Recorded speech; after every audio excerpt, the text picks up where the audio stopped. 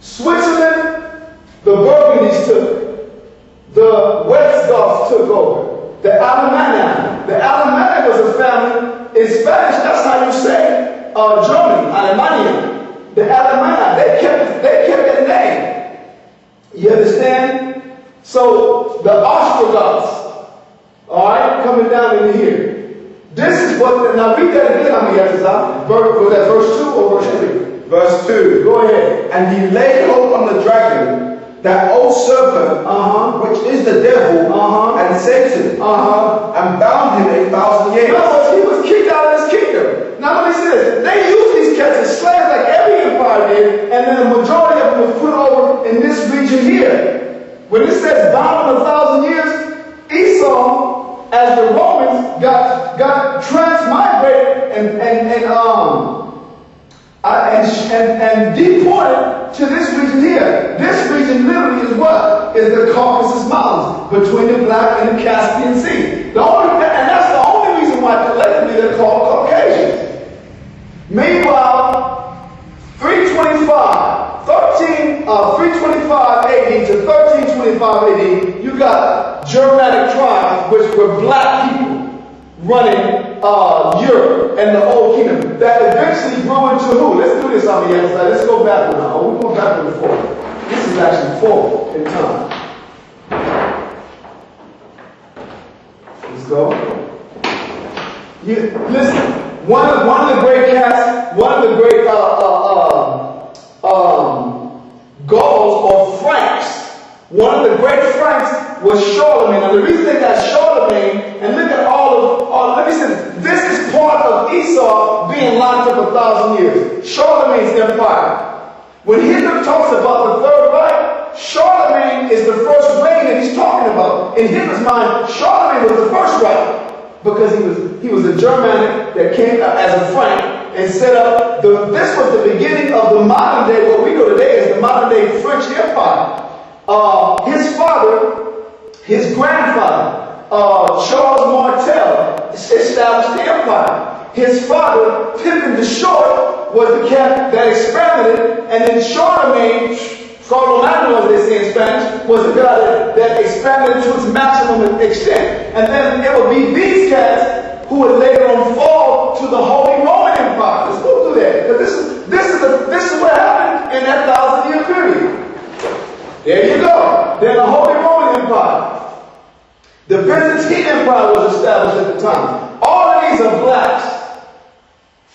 And that's why it's called the Dark Ages. Listen to this. The Crusade in Europe. It was these cats. Look at the year. The year no striking between the 1000 and 1200. That's when they had like 9 crusades. Literally, I think like about 9 crusades to go back and take the Holy Land. And all of these routes that you see are the routes that were taken by European blacks once they got into power in Europe to go back and reacquire the Holy Lands that belonged to them. That was the only interest they had in the first place. And they began the war with the Ottoman, not the Ottoman just yet, but the Muslim world over the Holy Lands, over Jerusalem. Let's move on. 1,000 years out, and then blam. This is when you start dealing with. Now, when you look at 1500, the map took a big leap.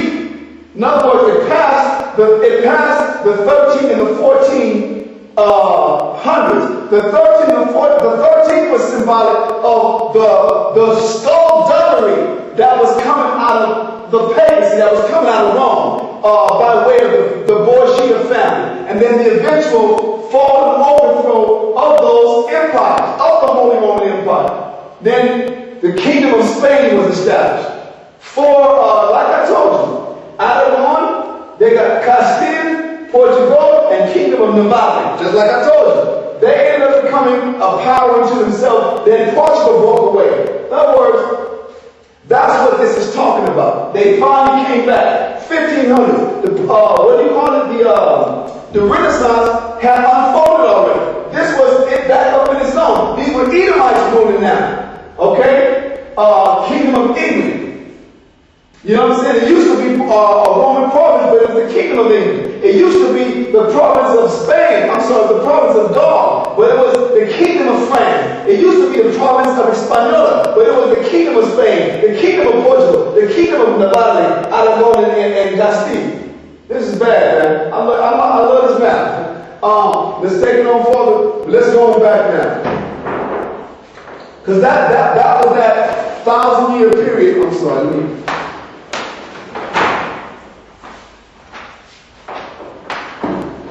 No, you know what we're going to do? We're going to keep it right here, because this is when all the kingdoms began to start colonizing the rest of the world. Alright, let's go back now. Okay, I'm going to add this out. Read that again, verse 2.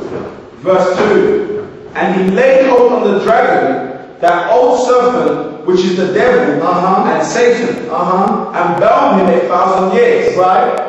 And cast him into the bottomless pit. In other words, sent his ass over into what? Into the Caucasus Mountains. Go ahead. And shut him up, and set a seal upon him, that he should deceive the nations no more. Now remember, the kingdom that was. Go ahead. Now you're going to jump down to verse 7. Verse 7. And when the 1,000 years are expired, now when the 1,000 years was expired, go ahead. Satan shall be loosed out of his prison. We passed by that now. They didn't even have that time era. It went straight from what? Remember, it was from 1091 to 12 something, and then it skipped to 1500s to 1700s. No, they didn't put the 13th or the 14th and 15th century, but during the 13th and 1400s, Esau came back. No, that was the time of the Renaissance. You know the term Renaissance in Spanish, renacer, it means what? It means the rebirth. They came back. That's what it's talking about. After 1,000 years, Satan shall what? Shall be loosed out of his prison. Go ahead. And shall, verse 8, and shall go out to deceive the nations which are in the four quarters of the earth. Now that's what he did. Yeah, what's so hard about that? Okay. So listen. So we covered the same vision, or I should say the same prophecy, the same historical event, told in 3 parabolic ways to put it, 3 parables, parabolic visions in Revelation chapter 13, Revelation chapter 17, and Revelation chapter 20. So now let's go back to 2nd Esdras chapter 12 and read verse 18 again. Go ahead. 2nd Esdras chapter 12 and verse 18. Go ahead. That after the time of that kingdom there shall arise great striving.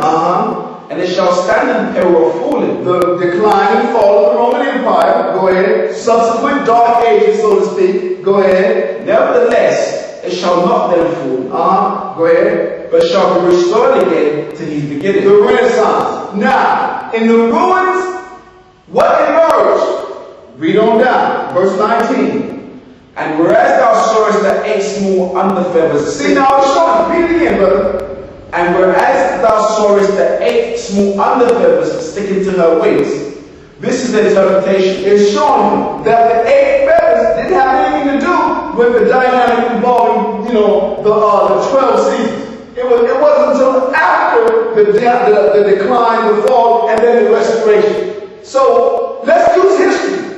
In the ashes of the Roman Empire and the subsequent the dark ages that followed, and then what followed the dark ages was a Renaissance. Which nations emerged? It says it's going to be 8 of them. Which ones emerged? Let's just use our brains. Matter of fact, let's not use our brains. Let's use the map. Because I'm just making a big assumption. You know what I'm saying? Read that verse again. Verse 19.